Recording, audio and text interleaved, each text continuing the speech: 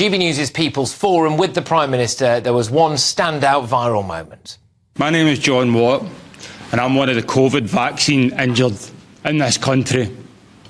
I want you to look into my eyes, Rishi Sunak, and I want you to look at the pain, the trauma, and the regret I have in my eyes. We have been left with no help at all. Why are the people who are in charge, who told us all to do the right thing, have left us all to rot? So there is a vaccine compensation scheme that's in place, as you alluded to, in the NHS. Obviously, everyone individually will work through their cases. It's difficult for me to comment on anyone's individual case, I'm sure. Well, John's comments actually got a round of applause from the audience and a massive reaction online. So that man is John Watt, who had, I believe, 3 vaccines and developed a heart condition that nearly killed him. Before I was fit and healthy and used to do boxing, would do CrossFit, you know, do a lot of weight training and, you know, keep myself in good shape. When I had my Pfizer booster, that's when my world just totally crumbled. Yeah, I mean, he ended up in a wheelchair. It nearly killed him, OK? He is a voice for the vaccine injured and those who are sadly no longer here to make their voice heard. He thinks people have been lied to and betrayed over vaccine safety, and he wants the government to take responsibility. I'm very pleased to say that he joins us now to tell us his story. John, thank you very much. I know we've spoken a couple of times today and it's taken it out of you, especially considering your condition. Could you just explain to our viewers and listeners exactly what went on with you then in terms of the vaccine, please? Man, I'd be here all night if I was to tell you what has happened to me, but just like you said, I was bedridden for 14 months in a wheelchair.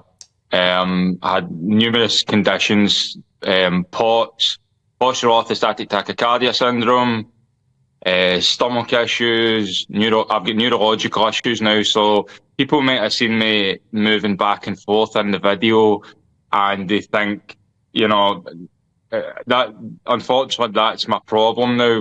When I stand up, I feel like I'm dizzy and I'm off balance. So if you see me moving about or anything like that, unfortunately, it's how I cope with things now. For me doing that last night, it's adrenaline and a heart issue does not go well, Patrick, and it took a lot out of me to do that and drive down there, and I seen an opportunity and unfortunately I had to take it. Well, you certainly did. And you are still being demonised, OK? And earlier on today, Kevin Maguire, who's a journalist, well, he said this. We'll play the clip.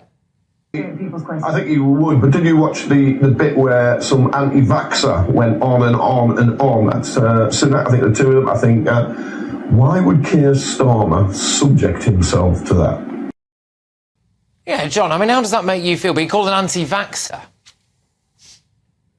First of all, who is that guy? I don't know who he is, but anyway, what is an anti-vaxxer, Patrick? Can somebody tell me? Can somebody elaborate what an anti-vaxxer is? Because I took 3 of them, mate. I took 3 of these vaccines, so does that man have any idea how stupid he sounds at this point in time by saying that? It's, you know, this is the terminology, the language people are using just now, saying anti-vax and all this nonsense. To be completely honest with you, the narrative is safe and effective, in my opinion, is no longer. Because, to be honest with you, Patrick, I ask anyone, and I call out anybody in this matter, someone show me the data to show that this saved one single life. I'm asking anybody, because since the rollout, there has been a massive increase in people dying. And one of the reasons I spoke out, Patrick, is because I'm not going to be a died suddenly statistic. And that's the honest answer.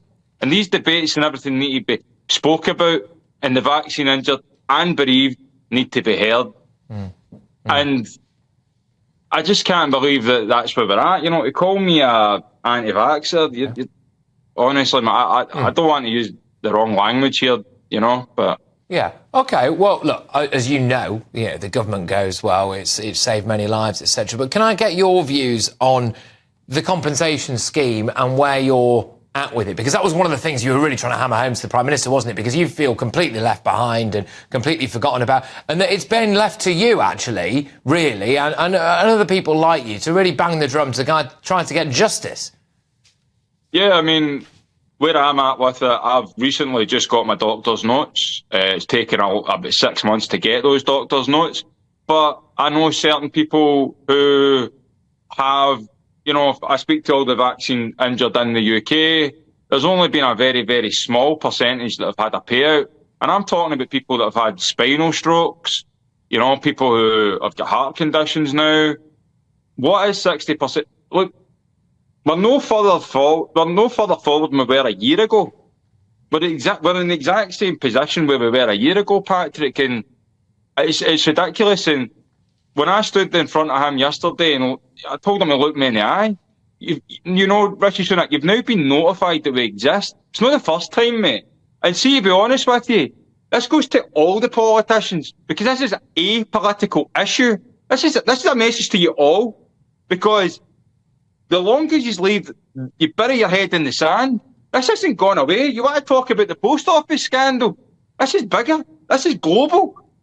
It's getting bigger and bigger. You know, it's getting worse. And to be honest with you, you can't run away from it any longer. Call your doorbell camera company and cancel the subscription. This brand new subscription-free mini Wi-Fi camera provides more security features than traditional doorbell systems without ever having to pay for expensive installation or monthly fees, making typical door. Yes, all right. Look, meanwhile, the Department for Health and Social Care has previously said more than 144 million COVID vaccines have been given in England, which has helped the country to live with COVID and save thousands of lives. All vaccines being used in the UK have undergone robust clinical trials and have met the Medicines and Health Products Regulatory Agency's strict standards of safety, effectiveness and quality. We reached out to the NHS Business Services Authority for comment, but are yet to get a response.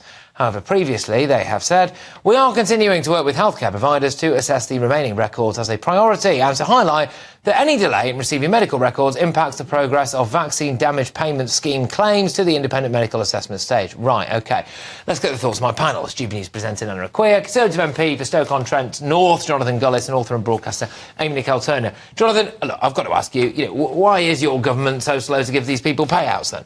Look, I think John gave a very moving account, and I'm very sorry to hear the situation that he's found himself in. Look, I was one of those who proudly promoted the vaccine because ultimately we were told by the scientists that this was going to help stopping the spread and ultimately build our resilience to the fact that if we did catch COVID, that it would prevent people ending up in hospital. I think that was entirely the right thing to do. And as you heard, that 144 million of those have gone out to date. But I don't deny the fact that there's huge frustration. I think John was fair in pointing out that with the post office scandal and the payment scheme that's meant to be happening there, that clearly bureaucracy is getting in the way. I'm more than happy to sit down with people like John to hear firsthand about why payments aren't happening quick enough, because ultimately it's about up to £120,000 that people are entitled to. If they're entitled to it, they should be getting it. I mean, people like John are demonised. They're called anti-vaxxers, which is ridiculous because he's had three of the things for a start, so he's obviously not an anti-vaxxer. Yeah. People like him are demonised, and they will feel, I mean, shunned from society, laughed at, scoffed by people who maybe have had a vaccine and are fine, and that's not the case for everybody. No, they absolutely shouldn't. Vaccine injured are very real, they're very much there, but in the same way, nothing is risk-free. Planes crash, those people are real that have been involved in that plane accident, but we still see flying is safe. The vaccine is still safe. But they safe. tend to get compensation or insurance. But I think the problem with the compensation is probably because it's extremely difficult to prove that the vaccine caused that stroke that came 5 years later. It's probably extremely difficult to prove that. And I imagine in the cases where it's cut and dry, like in John's case, he will get, and he deserves every single penny he gets. But we can't get away from the fact that vaccine hesitancy is far more dangerous than getting the vaccine. Of course it is. Is it really? Well, Amy's actually right. Well, million look at the MMR. doses. There's going to be a few that had a. But the thing is, look, we were told, we were told, oh, if you get this vaccine, it's going to stop transmission. You're not going to be able to give it to anyone, and it's going to stop you from getting COVID. And to be fair, that wasn't true. Well, you see, that's the thing. So I was like Jonathan. I was, an advocate for the vaccine. I encouraged people to get vaccinated because I thought you'd be protecting others and yourself and so on and so forth. And I do feel a bit duped at that point because I was helping the government out and everything else like that. And the reason I feel duped isn't because I know, obviously, terribly and tragically some people died and some people got injured. But I feel duped because it wasn't true. It didn't prevent transmission at all. We learned that it doesn't. So one of the main premises of me ensuring that others around me were vaccinated was that. And seeing as that didn't turn out to be true, it kind of irritated me a little bit. But I do admit vaccines are good, but you just have to, Look, Patrick, these type of topics are the things that the COVID inquiry should be focusing on. And sadly, at the start, we've focused on personalities, when actually I'm far more interested in understanding the science and the decisions behind that science. OK, all right. All of you, thank you very much. And thank you to John as well for coming on there and getting his story out.